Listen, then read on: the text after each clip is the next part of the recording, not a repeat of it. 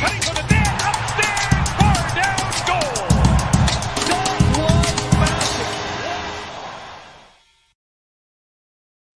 What's up and welcome back to Bardown Talking Hockey episode number 184, presented by the Barroom Network. It is the home of all things relating to the greatest league in the world, the sport of hockey. My name is Vinnie Parisi, and I am still convinced the New Jersey Devils are going to win the Stanley Cup. And this right here, this is Frankie Mueller, and he is the king of all beans. Frank, how you doing?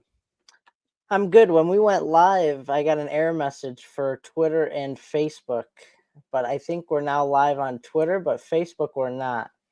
We're having trouble streaming to Facebook. And it says this may be an issue on Facebook's end. Interesting.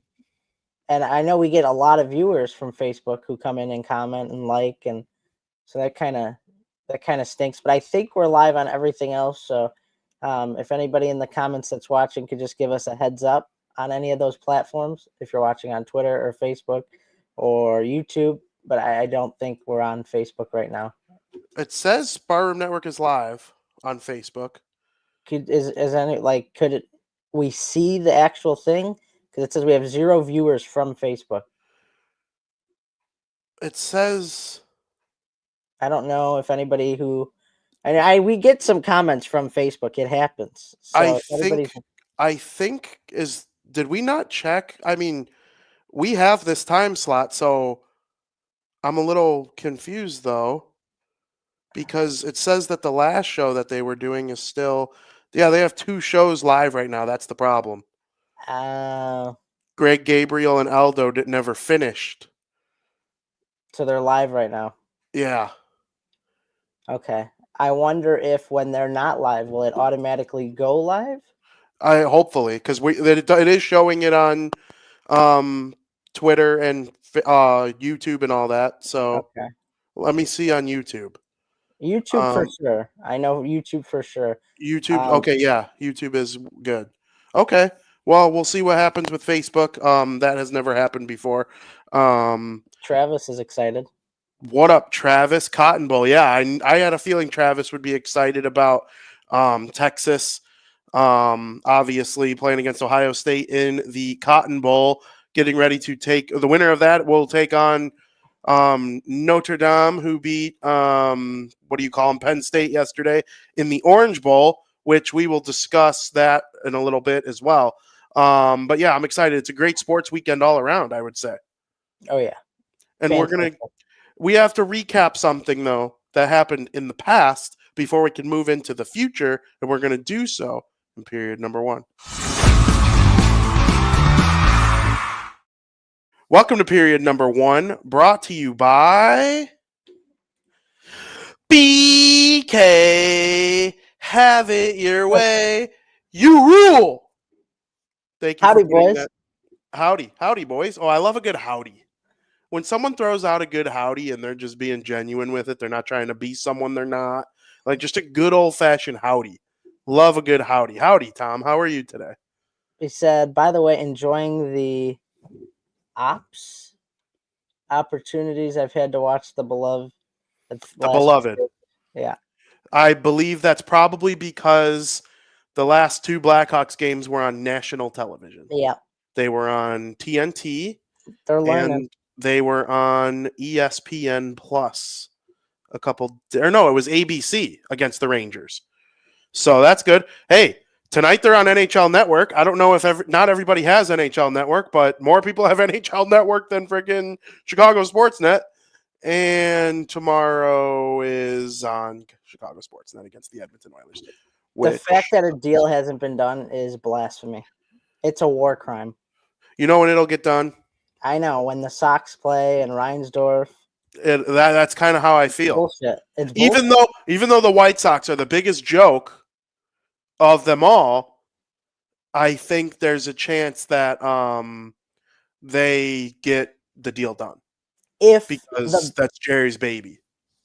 If the Bears were on it, it would have gotten done already. Exactly. And baseball, even though the White Sox are complete dog meat and they're second to the Cubs, they're still the third most important team in Chicago, in my opinion, in terms of viewership. More people watch baseball. More people watch bad baseball than basketball in Chicago right now. Yeah. The Bulls are not what they were in the 90s. In the 90s, it'd be a different story. But in the 90s, all 5 Chicago teams were good. The Bears were kind of bad in the second half of the 90s. But like the Bulls, Blackhawks, Cubs, and White Sox were all good for most of the 90s. You can argue it's the best decade in Chicago sports history. Only the Bulls won a chip, but the White Sox had those years with Frank Thomas winning back-to-back MVPs and Albert Bell was elite. And the Cubs, had some good this home run chase with Sammy Sosa. He's one of the best Cubs ever. And I'm excited that the Cubs are going to honor Sammy Sosa this summer. Long overdue. But the Bulls won. The Blackhawks had Roenick and Chelios in the early stages. So we'll see if Chicago's ever able to get back to that. Probably not. But Frank, I think it's time we chat about the World Junior Championships. Have you ever seen the movie Rush Hour 3? Chris Tucker, Jackie Chan. Dancing in the streets. That starts off, yes. They're dancing. He's listening to Do Me Baby by Prince. Yeah.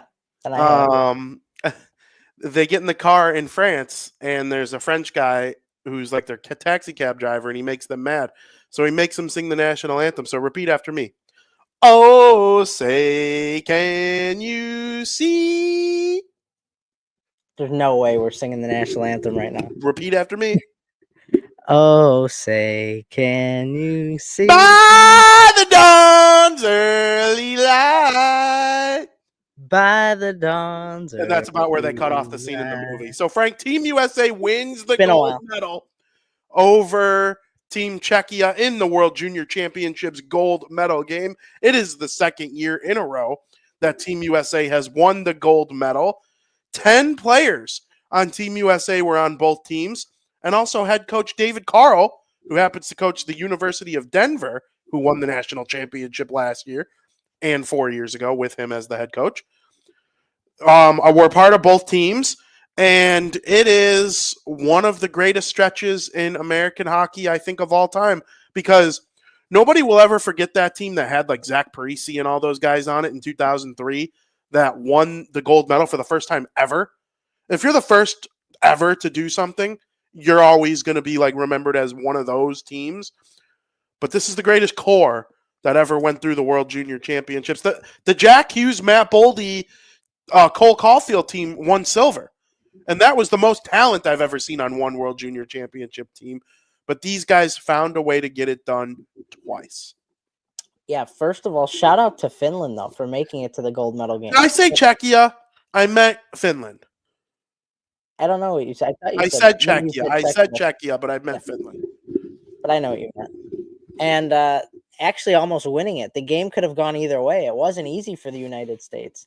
The U.S. actually found themselves down 3-1 early in the second period. But then towards the end of the second period, goals by Brandon Svoboda and Cole Hudson, less than 2 minutes apart, tied the game up going to the third. You could tell when it got to the third period, both teams were playing a little more cautiously. Neither team being able to score until unlikely hero Teddy Stiga. What are the odds he gets the game-winning goal? He gets his first goal of the entire tournament off a beautiful pass from Zeev Buem to give Stiga a partial breakaway. Potted that one in the back of the net. It was a thing of beauty. And with that win, like you said, the United States won it again, back-to-back. And it's the first time the United States has ever won back-to-back World Junior Championships as a country. It's a great time to be a United States hockey fan, VP. It's arguably the best time, and I think the two best players on Team USA are both players on your favorite team, the Washington Capitals. Ryan Leonard and Cole Hudson. I mean, Captain America Ryan Leonard was just a dog all throughout the entire tournament. And Cole Hudson and Zeev Buem, what a pair. I mean, we all know about Buem. How right was VP, by the way? He's good. He is damn good. I mean, everywhere he goes, this guy wins. And I like Levshinov. But damn. And am I the draft proctor? Am I always right? No. But I felt it, and I'm still could be like more than wrong. But I still feel in my bones that 9 teams tweaked. No. 12 teams tweaked because he went 13th overall to the Wild. Won't fault San Jose for picking Macklin Celebrini first overall, but even they passed on him. For Dickinson, who had an own goal in this tournament. Yeah. He put the puck in his own net with his hand. So, mistakes happen too. That could, and the funny thing is Bouillon wasn't even at his best offensively in this tournament. He made that amazing pass to, spring, what's his name for the golden goal? What's his name? Teddy Stiga. Teddy Stiga. That was his first shot of the tournament. Weird stuff like that happens. And he'll probably be like on the second line next year, which is the beautiful thing about the World Junior Championships. He'll probably play but he's a not prominent role. And he won't be a superstar next year, I don't think. Well, we'll see. No, I mean, it's hard to predict. I don't like to I would say lean that about no. players, but I would just say, like, it's just not going to happen. But he'll be more than a guy who gets a golden goal on his first shot of the tournament in the final game. He will be a contributor to he'll probably have a similar role to like what Oliver Moore was to the team. I thought Oliver Moore, Blackhawks prospect, he accepted and executed his role. He's not Hagens. He's not Perreault. He's not Leonard. But he's Oliver Moore. Good middle six forward, fast. That's what the Hawks are hoping to get. They know they're not getting a guy who's going to lead them in scoring. Speed. They want their Michael Grabner, if you will. It's a very similar style of play, in my opinion, of speed, hard on the forward check. Brilliant pass to Hagens. I mean, in the semifinal game. I do think Hagens is going to go number 1 overall. It's less of a lock than I think we thought it would be going into the season because people really like this Matthew Schaefer. And then I actually was sitting next to a friend of the program, Tab Bamford, at the Winter Classic. I don't sit next to him at the UC. Got to sit next to him at the Winter Classic, though. Porter Matone. He's like guaranteed. He wholeheartedly wants him number 1 overall. That's who Tom wants. And I'm like, then hope if honestly, if you want Martone, and Martone could be better than Hagens. They're basically the offensive tools are like right there. And then one is like a smaller center and the other is like a bigger guy. So like maybe the tiebreaker is like one being kind of a dick and like, a Matthew Tkachuk, Brady Tkachuk type attitude. Then in that case, you go Martone. But I also think maybe you just root to come in second in the lottery then. So then next year, if you stink again, you're eligible to win Gavin McKenna. Because if you want Martone and you're second overall, you still might get him. Like the team, San Jose might take Hagens because they have Celebrini. They don't need Martone. They could use a Hagens. Where the Hawks, they have Bedard. They could use a Martone. Right. The Hawks and Sharks should just make a handshake agreement on that. Hey, you need this guy and we need this guy. Let's just do it. When he says I would like to see Martinez in the Indian head sweater, I'm curious who he means. Does he mean the one in the draft? I don't know. I haven't heard of a Martinez unless I'm tweaking. I know he's a big Martone guy, unless it auto-corrected. Maybe he meant Martone. Because unless he means like Alec, there's no Martinez like coming up in the draft. Unless he means Alec Martinez because he never plays. No. I don't think. Which Alec Martinez, the healthy scratches walk out early after every game before we go in to do the post-game interviews. The best dressed guy in the Blackhawks organization is Alec Martinez. This guy dresses like a 3-time Stanley Cup champion if I've ever seen one. The suit is just always, it's chef's kiss every time. It's because he can. Well, yeah. I mean, everyone can wear a nice suit. Most people choose not to. I mean, you could, but you got to have that aura about you. Yeah, like the stars on the team don't dress that nice. Kurashev walks out every time. Who's the other common healthy scratch? It's Kurashev, Martinez. Like, Yeah, see, I figured, yeah. yeah, for sure. I mean, MART. I mean, yeah, that could happen. Martinez is obviously a more common last name. Who's the other guy? There's a third healthy scratch every time. Anyway, they don't dress like Martinez. And, they're all rich, so that's not an excuse. Martinez is just a well-dressed man every single time. But that gets off the point from what we were talking about with Team USA winning the gold. Yeah, we'll see how they're able to play next year. I don't think Higgins will go back to college, but maybe. If he does, then Team USA will be right back in it. I don't think David Carl is going to be the head coach. Actually, he said he's not going to be. Which, that'll decrease their chances. But Team USA, Frank, they're always in the mix now. And before it was like, oh, I hope Team USA can get it done.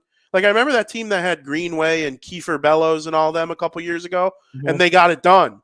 And that was like a shock. Like, hell yeah, we won.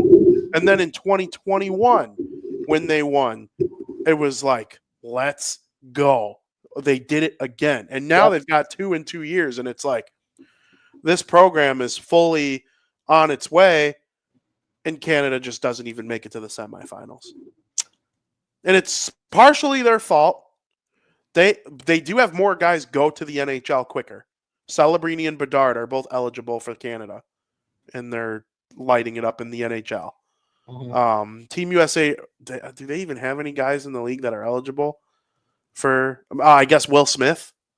But, like, Will Smith, he would have made the team better, but, like, he's not Bedard or Celebrini. Mm-hmm. He's very good, but yeah, I don't know. I also think we talked about it last episode because they shot themselves in the foot with the amount of top 10 picks they left off their team. But what do you got for me on Team Czechia, the bronze medal winners? They deserve to get a medal at the World Juniors this year for the performance that they gave out through the entire tournament. I'm surprised Sweden didn't record any medals this year, but that's hockey, and the Czechs have some great talent on their team, including their goaltender, Michael Hrabal, who he really played outstanding. I mean, if it wasn't for him, they don't get a medal at all. I mean, it really, though, on the Swedish side, too, both goaltenders played outstanding, actually. So it came down to a 14-round shootout. Both teams didn't want to lose. You saw it in their eyes. Good for the Czechs. I really think they deserve this, especially with their win over Canada. They deserved some material or hardware to show for their success this year. So I'm happy for them. I am too.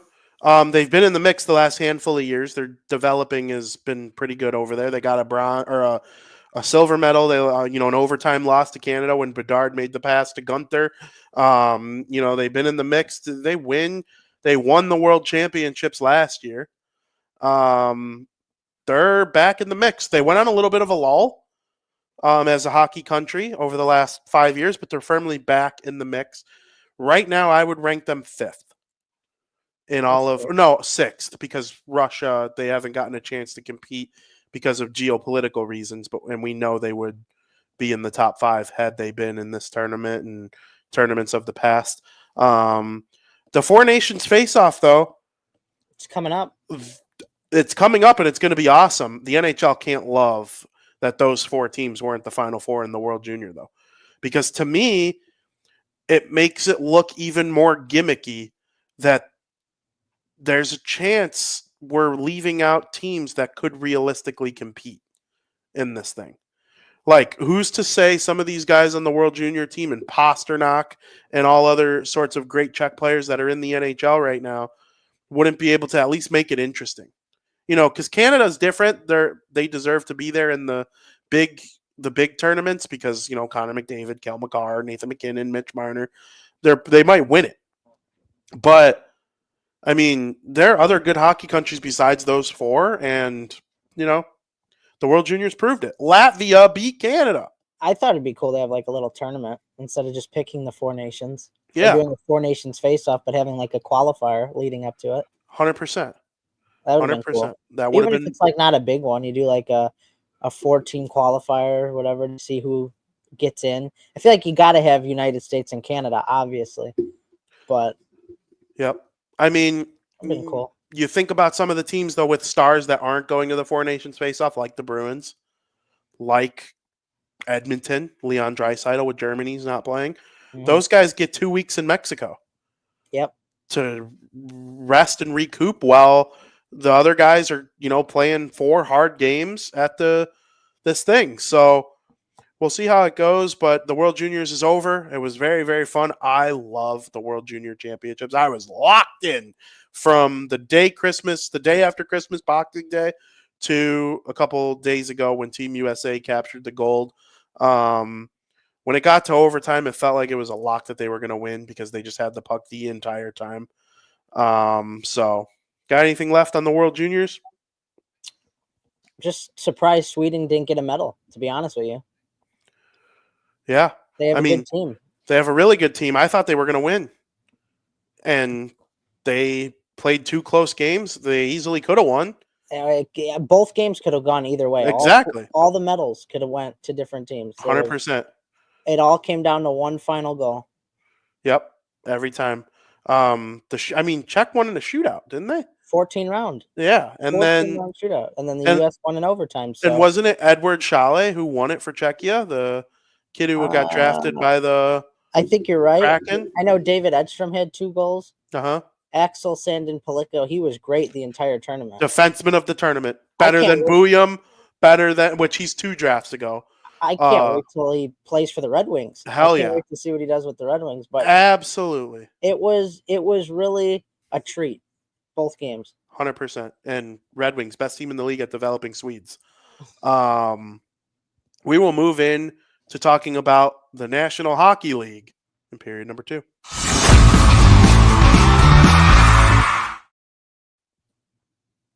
Oh, yeah, drink that. Oh, Coke. God, but leave me alone for 1 minute while I finish my beverage. God. I hope it was worth it. I hope it's good. It's always good, brother. It's always good. I'll finish my beverage while you talk. No, get out of here with the laziness. Drinking on air? What are you doing? Frank, I have a Blackhawks take that I want to give to you. And I put it first following the World Junior Championships for a reason. And I didn't tell you pre-show what the take was because I wanted your authentic reaction. No, it was by design. That's fine. I'm not apologizing to you. And then I have something to throw at the wall about the Blackhawks. But go ahead. All right. Frank, I believe at the end of this season, the Chicago Blackhawks should at minimum consider David Carl to be their next head hockey coach. The coach at the University of Denver, the coach at World Junior Championships. I've been all about them hiring a guy with experience to come in and help the kids, similar to what Detroit did when they fired Lalonde and they brought in, now they have McClellan and they've won 5 in a row. Patrick Kane, 5-game point streak, all that. Back in the wild card mix in the East. Yeah, I do think that about the Blackhawks, except unless they have the opportunity to hire David Carl. I love the idea of him coming in and coaching this young team.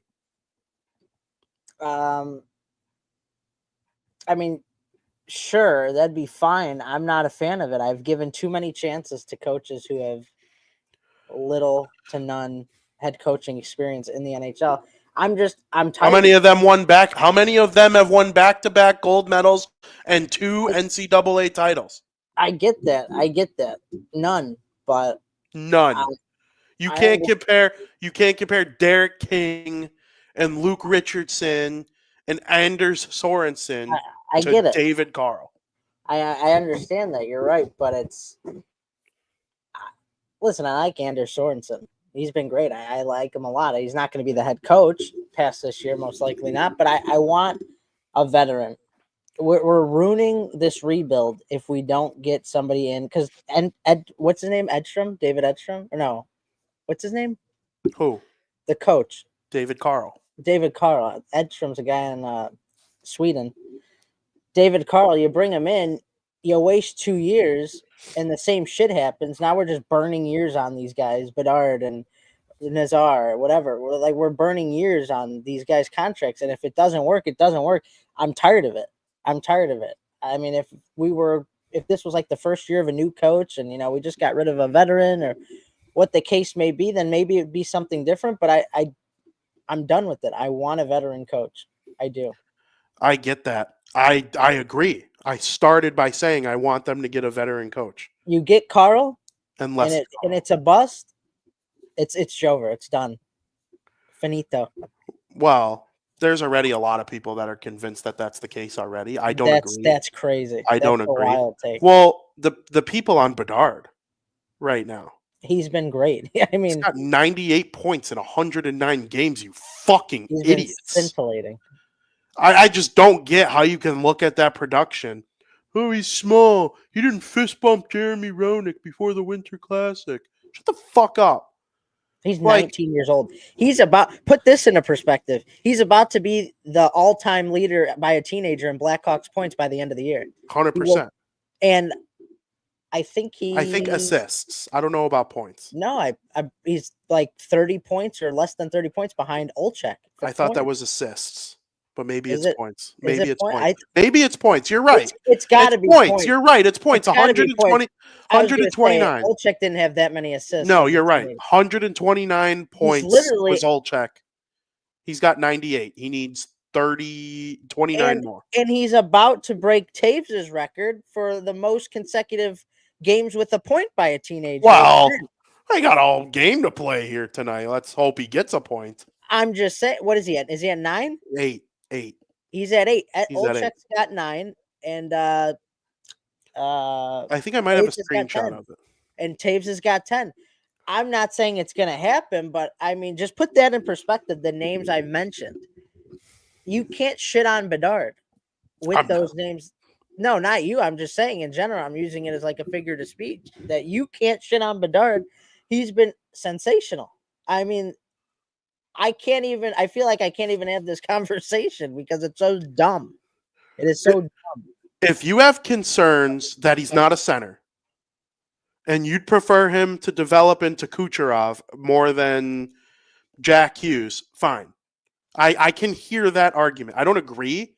I don't agree at all, really, right now. But I can hear that argument. He doesn't have breakaway speed. He's not that fast. He's actually kind of, for a superstar of his kind of slow. I got to be honest. He's borderline slow. I was really quick. I was watching one of the games with Tom, and somebody got the puck, and like the defender caught up to him really quick. I'm like, who the hell is this guy? He's so slow. His jersey turns around. It was Connor Bedard. I was pissed. Yeah, he was slugging. He's not that fast. I mean, he's not Patrick Maroon, right? That's the slowest guy in the league. Right. Like statistically and visually. There are stats that back up Maroon being the slowest guy in the league. He's not that slow. No. But relative to like other stars, like Jack Hughes is way fast. The breakaway speed, the intensity, like right off the hop, the acceleration, because that's always the guy I go back to because I see similar skill sets. Yeah. But I mean, I don't get how you look at that production. Do I think he's one-dimensional right now? Is he all offense? Do I think you can win a Stanley Cup with him as the best player on the team? Those are things that I need to like still see. Do I like what I see more from Macklin Celebrini from a complete game perspective as of right now? Yes, I do. Because Celebrini does it in all 3 zones. He is dominant. He reminds me, he's a better version of Hischier. He's Kopitar right now, a younger Kopitar. Like Frank, all time, who would you rather have, Ovechkin or Bergeron? Bergeron. Without a shadow of a doubt. Yeah. And you know me with Ovechkin. When he scores, I celebrate as if I cured cancer. He's the greatest goal scorer who ever lived. He's one of the best hockey players who ever lived. But I would take Bergeron. The things that guys like that do to help you win, which is ultimately my favorite thing in sports, is winning. Some people like flashy numbers and MVPs and all that. Then you take Ovechkin. But I mean, Bergeron was like a perfect hockey player. I feel Celebrini's more down that path, where Bedard is going to be looking to have 120 points, but not be that impactful defensively. You're not going to throw him out there down a goal or up a goal late. I think that Celebrini does do stuff like that, and that's why. But like, I do think the fact that there's a lot of resentment around the Blackhawks right now, around the league, for what happened, and Connor Bedard takes a lot of heat from it from that point of view. The team stinks. I mean, they're horrible. I don't know how they beat Colorado, because in the first two periods, every time teams, teams. only the top teams, and then they lose to literally everybody else. Yeah, but like Frank, Mrazek could not be beaten when McKinnon, Rantanen, and Lehkonen were on the ice. Oh, perfect. Thank you, Katie. When they were on the ice with Makar. When that line with Makar was out there, they owned the puck and they just couldn't score. I don't know how they won that game. I don't. The young guys took over on the score sheet, which is, that is how they won with Mrazek. I think they got good players, VP. They got good players. No matter how bad they stink, the potential is there, 100%. Right? I like what they cook up. I like what I don't always like what I see necessarily, but I like the potential that's there in the players we got. There's a question I want to propose to you. Just for the sake of conversation, as crazy as it may sound, if you're the Blackhawks and you win the number one pick, do you trade it? Do you trade the number one pick? No. If it happened, I wouldn't be against it, to be honest. For what? The number 4 pick and other picks? Well, you'd have to trade it for players. It'd have to be you'd have to. I wouldn't be against it. No. I'm the just team saying, is horrible. As crazy as it sounds, I wouldn't be. I don't think they have that many good players. I'm gonna challenge you on that. I mean, I could pull up their lines. Taylor Hall has so many warts in his game these days. When he's in the offensive zone, he's dangerous. But other than that, no. Bertuzzi's been good at tapping in Bedard passes on the power play. At 5-on-5, he's essentially invisible. Mikheyev's having a good year. That's the guy who's had 20 goals in the NHL. Fine. When I look down the middle, you got Jason Dickinson centering the second line tomorrow against Edmonton. Jason Dickinson is your second line center. That's not good. Frank Nazar, you could call this the second line if you'd like to, with Colton Dach and Teuvo Teravainen. That's an okay line. Colton Dach and Nazar, you want to develop them. You want to see them grow in the NHL. A little more they could prove in the AHL, in my opinion, especially Nazar. Even though they're like young, Teravainen has been a disappointment in every way. He looked okay on that line against Colorado. And then Maroon, Kurashev, Donato as the fourth line. Excuse me. Donato was hot early in the year. He led the team in goals out of the gate. Since then, he's been invisible. They can't get Kurashev in the lineup, and he's finally going to play against Edmonton, which I think speed and skill have a lot to do with that with their opponent. But Maroon, he's so slow, so he's just going to cancel that out. Seth Jones has games where he looks like the Seth Jones that was in Columbus, and then he has other games where I'm like, what the hell are you even doing out there making $9 million a year? Wyatt Kaiser, his defensive ceiling reminds me of Hjalmarsson, which is awesome. Keep developing his defense. When he's on the ice offensively, I know he scored his first goal finally after 100 and something games a couple games ago. And, you keep throwing him on net. Eventually one's going to go in. Mm-hmm. But it seems like he is a walking on offense stick out there. I really like Vlasic. I think Vlasic might be their number 1 D in a couple years. I think he's that good. I agree. Is Levshinov ever going to be better than Vlasic? That's a concern to me. But even if he's number 2, though. Yeah, but I don't take that. I don't want Vlasic to be the number 1. I want him to be the number 2. I mean, yeah, I want that too, but if it doesn't pan out that way, I'm fine with it. I like Vlasic a lot.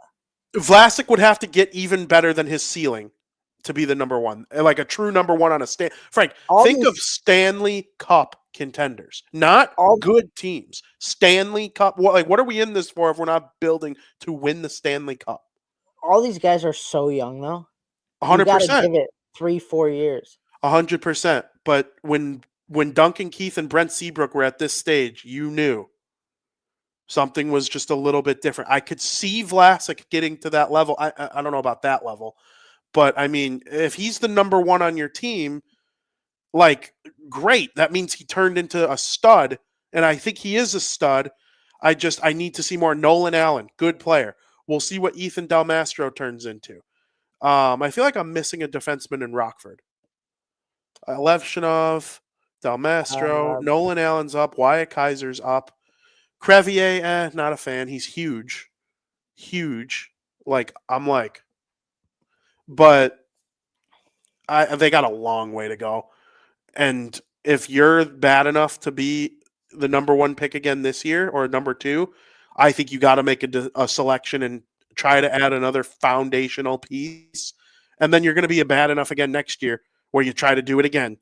And then now you have 3 or 4 in a row. You might have your Jack Hughes, Nico Hischier, Luke Hughes. These are how many times did that damn team pick in the top 5? And finally, they're starting to show. I don't think they can win the cup. I say it at the beginning of every show that I hope they can. I pray they can. That's not them this year. No shot. Their depth is not what needs to be to win the Stanley Cup. I thought it might be at the beginning of the year, but Tatar hasn't panned out. Mercer has taken a step back. The third Eric Halla has been invisible, and now he's hurt. The depth just isn't what I thought. The top 6 is awesome. The Hawks have to work on that middle 6 terribly, and we'll see what Nazar and Doc become. But they are in desperate need of an elite forward prospect. And I just, but like the crapping on Bedard, I don't get it. But to answer your question, they would have to get a foundational piece in return to trade a top 3 pick, in my opinion. And it could happen, though. I think that it could be on the table that they could get that piece potentially. Would I try to sign Rantanen or that's an option? Marner? You're not signing McDavid, but I just Kaprizov, maybe. I don't know if I love the idea of Rantanen away from McKinnon though. Like, I still think he'd go somewhere and be great, but I had more faith in Draisaitl being great away from McDavid than I do Rantanen away from McKinnon. Does that make sense? Yeah, I think he'd be fine. He'd probably be fine. 40 goals. He'd be fine. Playing with Bedard, I think, too. They'd give him a real NHL star to play with. Crosby didn't really pop off until they gave him Dupuis. And then it became Kunitz. Thank you, Ryan Whitney. I don't know. There will be guys who want to come play for this team. So I worry about that. I see. I don't. You know why? I've heard that there are players out there who don't want to be associated with them right now. That stink is still out there. The Hawks offered Gensel the most money, and he said no. I don't want to play there right now. I don't want to deal with that. That could also be because you don't want to burn a few years just stinking. He's not going to come here and you're going to win the cup. Well, no. I get, though. But Gensel didn't say that, though. No, it was because of the stuff. And if that's the case, you got to get Jamie out of there. You got to get something. I don't know if Danny's got to step down. I don't know. It's not good, the perception outside of Chicago of this team right now. And I hope I'm wrong. I hope players see Bedard and see the potential that could be. But the stink is real around the league from what people perceive of this team. And I'm concerned. I'm a little concerned about long-term. And that all comes from asking about the draft pick. I would just keep adding as many strong young players as you can and try to develop. Okay. Interesting. I also, when the Devils won the lottery in 2017, I wanted them to trade it for Duchesne so bad. And how dumb would that have been? Like, yeah, they would have added Duchesne and he would have played with Hall and they probably would have been like fun to watch for a year or two. But now you have Heischer, who's like a foundational player that took a long time to develop him into what he is today. And, there are people calling him a bust. Those people are dumb. Well, yeah. But, I mean, I don't know. That's my thoughts on the Hawks. I think if they stay out of their own way, they can get it done. Quit berating Bedard, though. Okay, so he's quiet. He's not necessarily one of the fellas. The other Bedard was doing his interview and Frank Nazar was sitting in the corner and Colton Dot comes up to him with his water bottle and he's pretending to interview him with nobody around. I'm like, these two guys, they're like the fellas. They're like having a good time. Bedard doesn't fit in with them, but that's not what he's there for. He's there to play hockey. Oh, it irks me. It irks me, Frank. Maybe I'm delusional, but I think this team's going to be better next year. I hope you're not delusional. I just look at what's there and what's not going anywhere. Because they should have been better this year. A little bit. They should have been a little better this year, but I think it's fair to say that Hall, Dickinson, Foligno, and Bertuzzi have not been what they've needed to be. And Teravainen. Kurashev took a step back. Guys have taken steps back, and that's why they're not as good as we thought they were going to be. I thought they'd be better too. I thought they'd be like 24th, 25th in the league, right? Like, isn't that kind of where you were? You didn't think they'd be much better than that. No, I did. I mean, I think like maybe a little bit, maybe 20th. Well, in the league. I was right there with you, and now next year, like as of right now, Gavin McKenna. Like I don't want to be saying that, but 100%. I don't know. I got higher hopes. I like the flashes of greatness we see this season with them. Yeah, they stink, but I mean, I don't know. What flashes of greatness are you referring to? That they play good against good teams, and that's a good sign to have when you got these young guys playing those types of games well and winning those games. And Soderblom's been great this year. And if he can continue that success going into next year, dude, if they were able to beat the lower end teams of the league, they'd be a freaking bubble team. They'd be on a roll. And that's what I'm saying. If you could translate that to next year, you could beat those teams. The problem for me is a lot of the guys in the lineup aren't going to be there. And you're right. They're not going to be there, but I'm interested to see how the offseason goes. I'm interested to see how the coaching search goes. I think that could pay dividends for sure. I mean, that could be huge depending on who they bring in. I'm going to name players on the Blackhawks right now. We'll just make this period about the Blackhawks, and we'll get to the football and end it. I'm going to name a player on the Blackhawks, and you're going to tell me if you think they're on the team next year or not. Tyler Bertuzzi. Yeah. Yeah, he's on a 4-year deal. He will be. Connor Bedard. Duh. Yep. Mikheyev. Yep. Taylor Hall. No. Dickinson. I think most people lean no. I'm going to say yes, though. Nick Foligno. Yeah. Doc. Nazar, yes. Teravainen. What was his deal for? It was a 1 year, right? Teravainen is on a 3-year deal. Yeah, they'll probably keep him, yeah. Maroon. No, I don't think so, to be honest with you.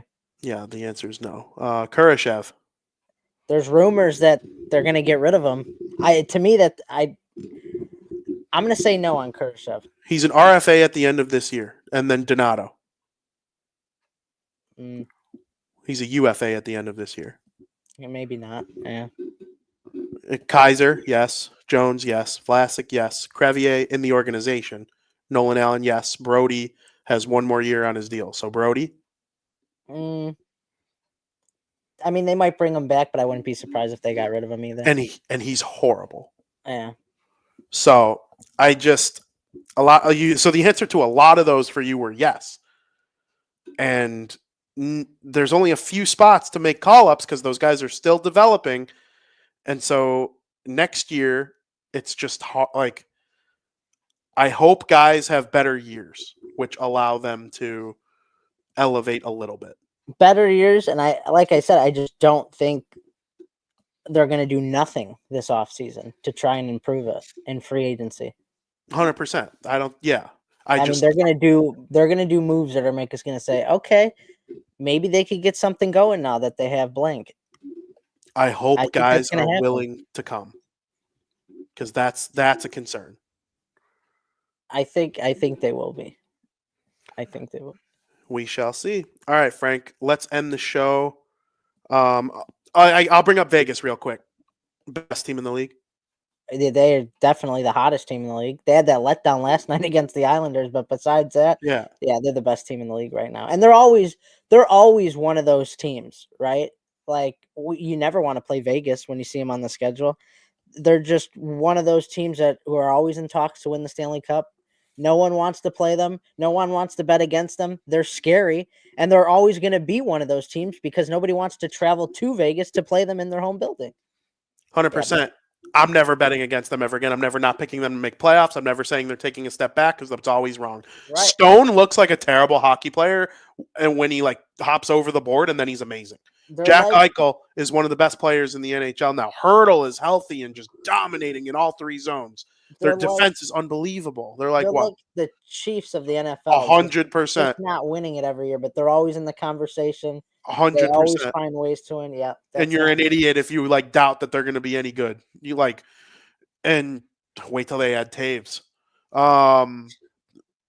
It's going to be Vegas is going to really make a push. Hurdle's healthy. They're not doing the LTIR thing this year, I don't think. And they're going to make a trade. They will add someone. And damn, if they got past Dallas last year, who knows what happens if they meet Edmonton in the conference finals. Edmonton might still win. Feed me Edmonton versus Vegas. And I don't care if it's the second round or the third round. Feed me Edmonton versus Vegas in the playoffs this year. I want it so bad. So, yeah, I think Vegas is the best team in the league right now.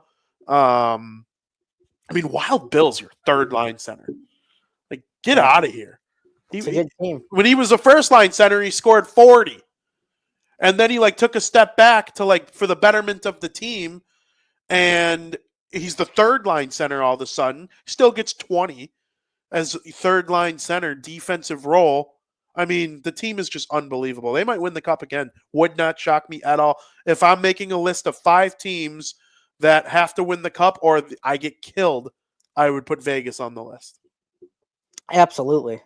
And I'd be happy with that if they won the cup. 100%. I think it'd be cool too. I've never seen Vegas in person. I took a little look at my schedule coming up. They are in Chicago next Saturday. That'll be my first time ever seeing Vegas in person. Are you excited? Oh, super stoked because the last 3 Stanley Cup champions are 3 of my next 4 games. Last game against Colorado, or not Cup champions, Western Conference champions. That's what I meant to say. Tomorrow's Edmonton, and then next Saturday is Vegas for the first time. And you want to know the funny thing, VP? What's that? The Hawks are probably going to beat Vegas. If the Hawks beat Vegas, I'll eat my pants on air. Because that's just how they've been the whole year. It's really worrying me that they're giving a sense of false hope by only beating good teams because the fact that they're 14-25-2 is nasty. And I'd say 10 of those wins are against playoff teams. Or close. And they have a couple close losses. 8. I can name 8 off the top of my head. Don't discount close losses too. That overtime loss to Winnipeg. About next year. I have that feeling, VP. I just don't like the players on the team. I don't think they're good. I know, but I think it's going to be a different look.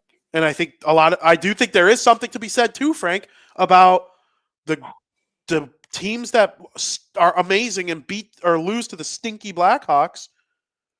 Do they not bring their best effort knowing it's the stinky Blackhawks? And it's a case of, well, the Blackhawks are still an NHL team, so if you don't bring your best against them, they're going to beat you. Mm-hmm. If you take a night off, if you're Colorado and you take a night off, you're going to lose to Chicago. Oh, yeah. I mean, they were 8-1-1 in their last 10 coming into that game. I know. If the Hawks want to be a bubble team next year, they need. And I don't even really care about winning and losing. And listen, I want to be in the locker room for a winning good team. So I'm just as much invested in this now as I've ever been in my life. I root for the Devils for a fan point of view, but like, don't think my life wouldn't drastically improve if the Blackhawks were better. Yeah. They winning more than winning. You need to see Bedard continue to score and continue to put up points. You need Frank Nazar and Colton Dock to develop. Whenever Lev Shinov makes his NHL debut, I wouldn't let him sniff this team this year. I wouldn't even give him a single game. He would play every game in Rockford the rest of the season if I were in charge. And then, keep making call-ups, though, with guys who've been around a while. I don't know who's next. Honestly, I have no idea who's next. I have no intel whatsoever. Looking at the non-roster forwards, maybe Gavin Hayes gets a shot. Excuse me. Maybe they call up Cole Gutman at some point. Kevin Korchinski and Del Mastro are down. Yeah, other than that, that's probably it for the year with Doc. But, Merrick Vanaker is in the AHL too. We'll see if he gets a shot. Is he in the AHL? No, he's not in the AHL. Vanaker, we've talked about him a little bit. Oh, yeah, he was one of their first-round picks. So that's it on the Blackhawks. That's it on hockey for the day. We're going to move it over to talking some foosball, period number 3. Frank, Notre Dame beat Penn State. What'd you think? Well, I thought it was a treat. It was a treat. I had the game at 50-50, but I gave Notre Dame the edge because they have a better defense. Penn State played poor against Boise State and SMU. I didn't like the way they played. And the fact that it's been proven on a large sample size, a very large sample size actually, that James Franklin can't win the big game. He can't. This was a back and forth thriller. He had it. There were 20 points scored combined through the first 3 quarters. And then there was an offensive burst all of a sudden by both teams coming out in the fourth quarter, combined 31 points in the fourth quarter alone. Both teams at one point led by 7 in the fourth quarter. But once again, like I said, it came down to Notre Dame's defense that caused the interception turnover that gave Notre Dame the late victory. I mean, what a game. What could you expect more from this game? Yeah, I mean, I was impressed with the way Notre Dame handled the adversity late in the game. I thought both teams stunk in the first half. I was worried about this game becoming a snooze fest. Yeah. But, eventually it became, one of the treats of the season. It's a treat. Yeah, it was a treat. There's no doubt about it. Unbelievable. And who do you think is going to win tonight's game between Ohio State and Texas?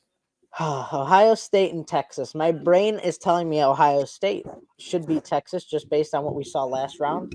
Texas almost didn't even make it past Arizona State, and I think Ohio State's defense is some of the best, if not the best, in college football. Quinn Ewers, he hasn't looked jaw-dropping this year. If Texas wants to win this game, they're going to have to at least score 24 points or more, which Ohio State has only given up 24 points or more once this year, and that was to Oregon. I don't see Texas being able to use their shootout-style offense against Ohio State, and that's why I think Ohio State's going to be advancing to the national championship. I don't think it's not going to – Texas isn't going to win a low-scoring close game against Ohio State. That's not how their game's built. Absolutely. That's a good point. Tom brings up that Vanaker is in juniors. I fact-checked it. He is with the Brantford Bulldogs. Puckpedia has all of the Blackhawks non-roster players just listed in one section where they would only be on there on what's the old cap friendly before it went away. Thanks, Capitals. Even though they're clearly using it right because they're so good and they draft as well as any team in the league right now. They would only have the AHL players in one section and then the junior guys would be somewhere else. But that's what confused me with the way Puckpedia does it. I guess still getting used to the website even though I've been using it since October. I think Ohio State gets it done. It's going to be Notre Dame versus Ohio State. Marcus Freeman against his alma mater in the national championship would be awesome. Be cool.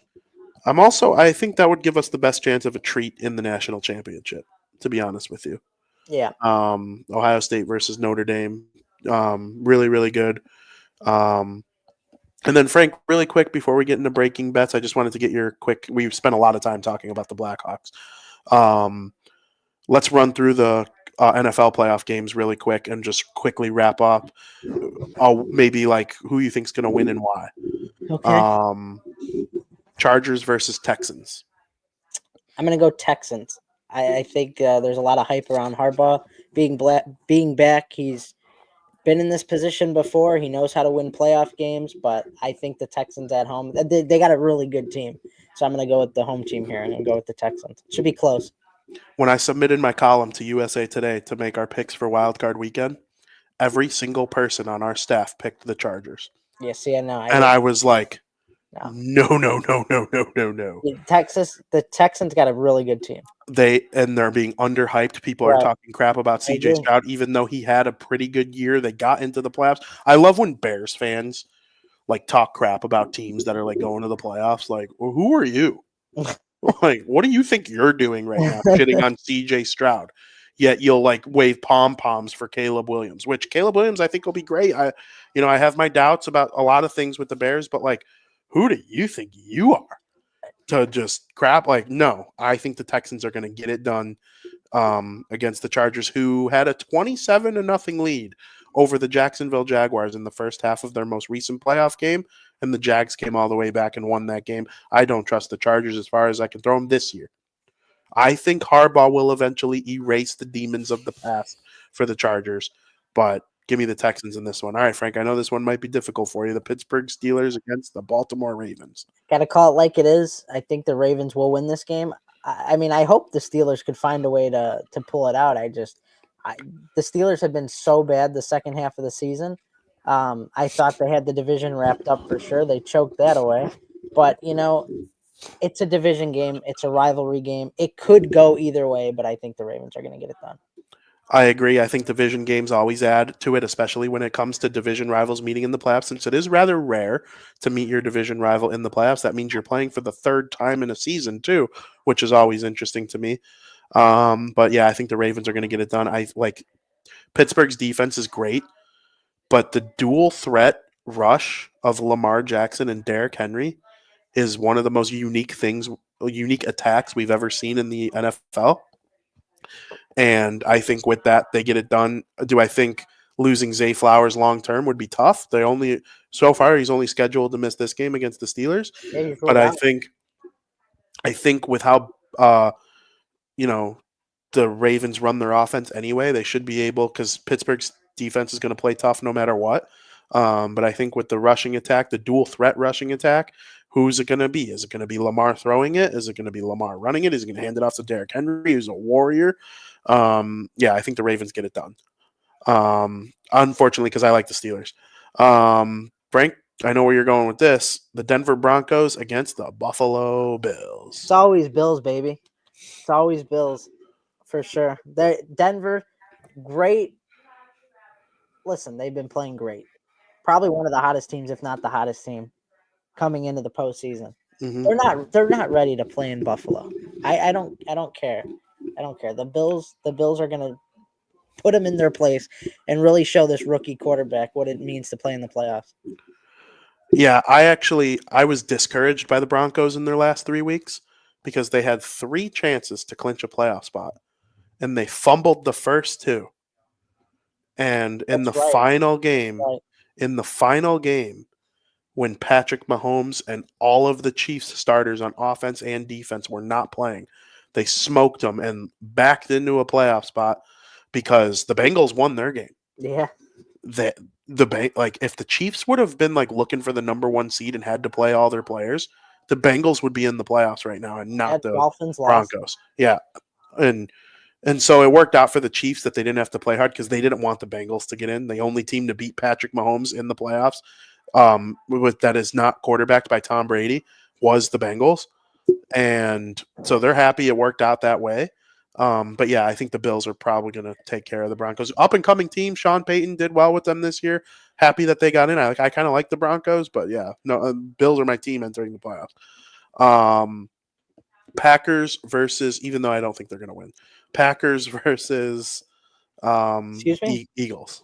Yeah, I'm backing on the Chiefs winning their That's third Super crazy. Bowl. Yeah, there's no way they don't. You're crazy. The Packers are playing the Eagles. Who do you got?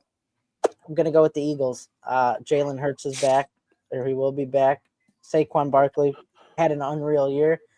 While Jordan Love has done well to limit his turnovers lately, Absolutely. I just think in the playoffs, emotions are going to be at an all-time high.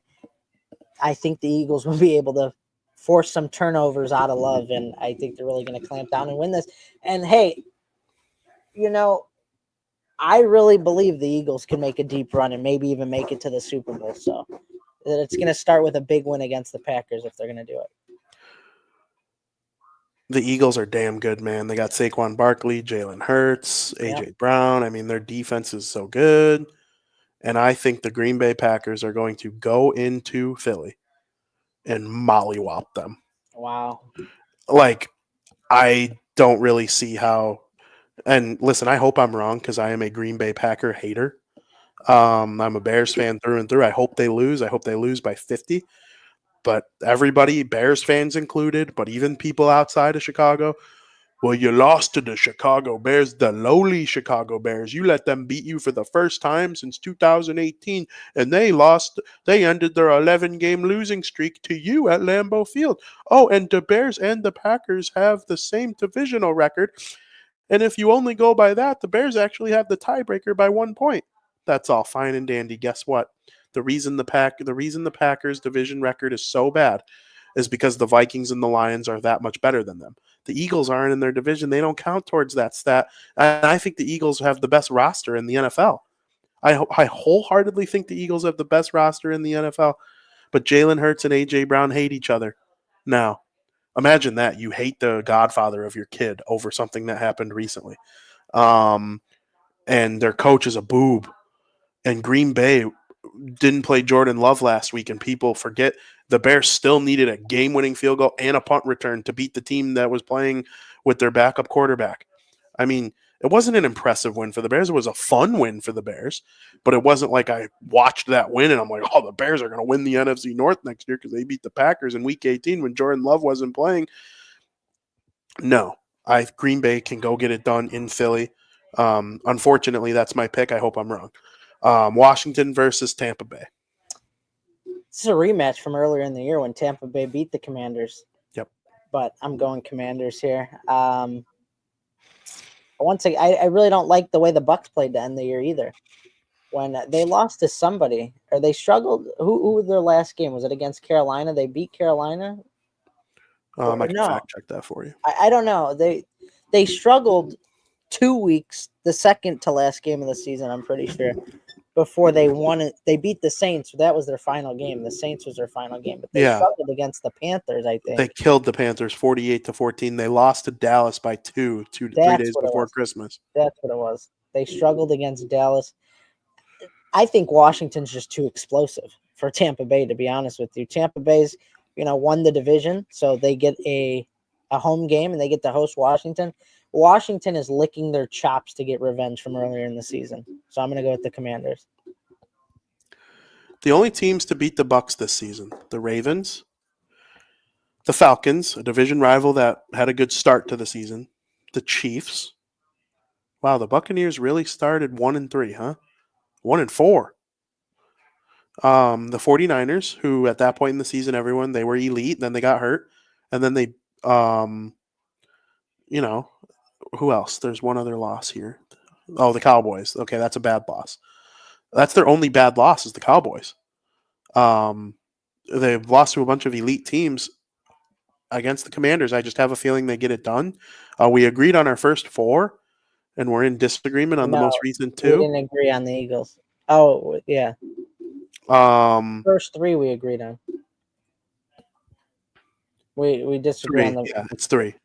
I'm just dumb. I'm bad at counting.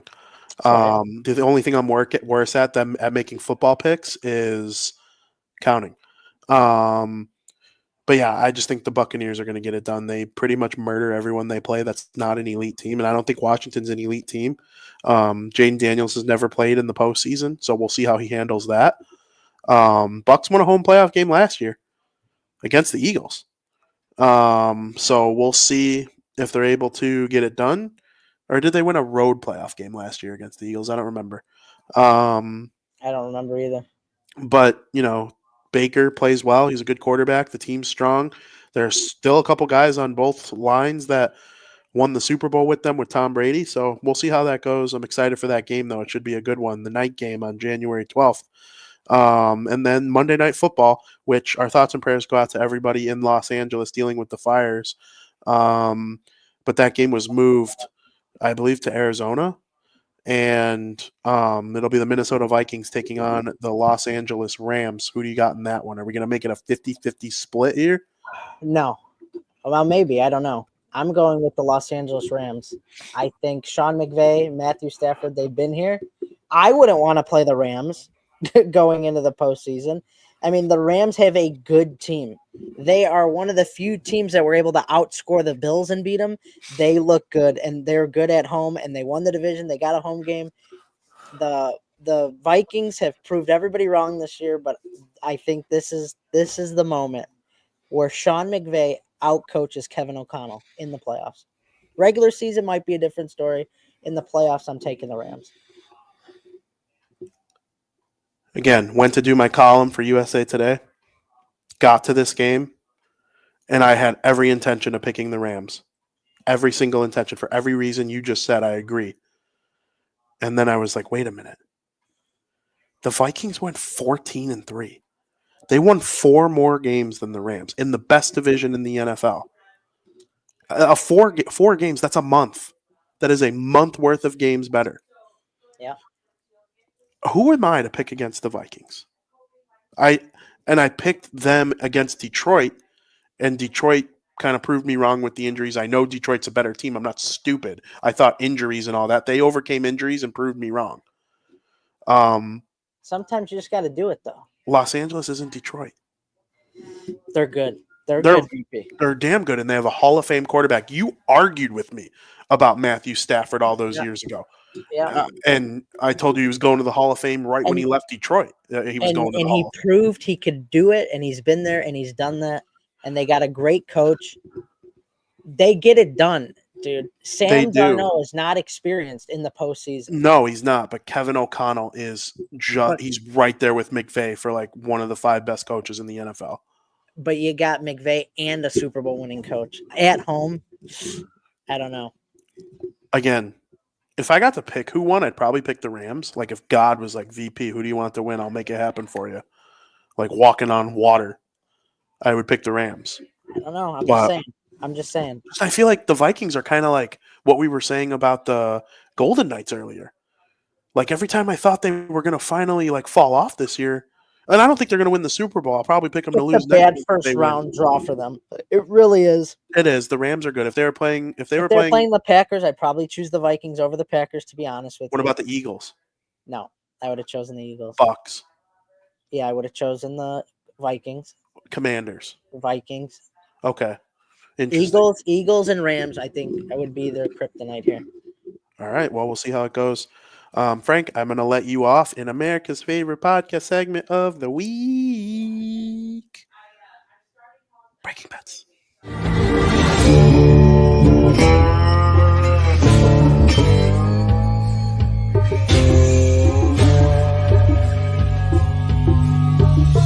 Where's my money, bitch? Frank, floor is yours. All right, VP, 3 more picks coming at you this week. We're going to start off with hockey tonight. We got the Los Angeles Kings at the Winnipeg Jets. Should be a fun matchup. The Kings are playing very well right now. The Jets have been playing kind of flat. They're coming off a win against the Predators. But I like the way the Kings play against the Jets. The Kings won their first meeting of the season in Los Angeles against the Jets earlier this year. The Jets are going to be hungry for revenge. But I think the Kings' defense, which has been unbelievable this season, is going to limit the Jets, who have been struggling to score lately.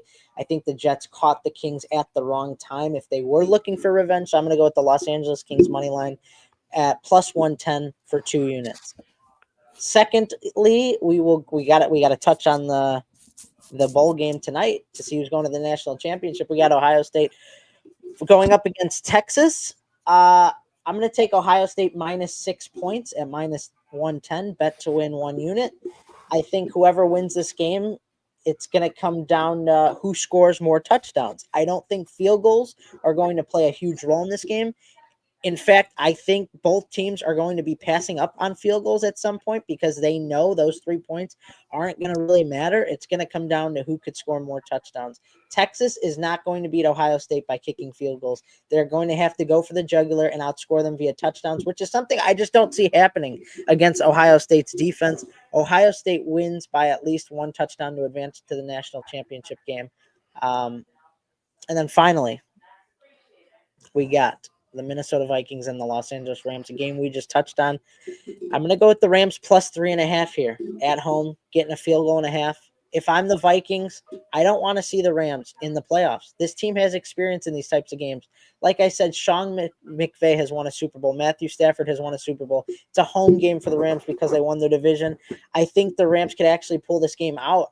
This would be a huge win for the Vikings if they could beat the Rams. And honestly, with how good the Vikings been all year, I don't know if Kevin O'Connell can out-coach Sean McVay in a playoff game. Like I said, if this was a regular season game, the Vikings may do it. But when emotions are at an all-time high, this is what the Rams are used to, and this is what the Rams play for. They're good in these types of games. Give me the Rams plus 3.5 all day at home. Got to do it. There you go, Frank. I hope you win, because at the end of the day, our picks on here, my picks on USA Today, they don't make me crap. We'll see. We'll see. I'd rather you win your money. We'll see. I think they could pull it out. Because if you win money, then you could take me for dinner, pizza. I'll take you for dinner anytime you want, VP. All right. How about Wednesday night? Okay. Hell yeah. Just kidding. That's G's birthday. Is that the 15th on Wednesday already? Holy crap. See, I knew 15th right off the top of my head. Yeah, I can't do that. I didn't count ahead. I didn't know it was Wednesday particularly, but January 15th, I know that's G's birthday.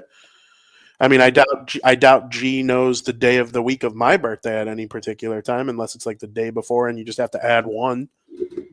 Well, I mean, no. I mean, as you get closer to December, at the January, no, we don't know the day of the week of your birthday. But I'm trying to think. What day of the week? So G's birthday is Wednesday. So 2 years till it's a Friday, which is when we could really go ham for like a Friday night bash. When's the next time my birthday's on a Friday? It's kind of funny because I think her birthday skips a Saturday because in 2028 it's a leap year. It'll go from Friday to Sunday. That's tough.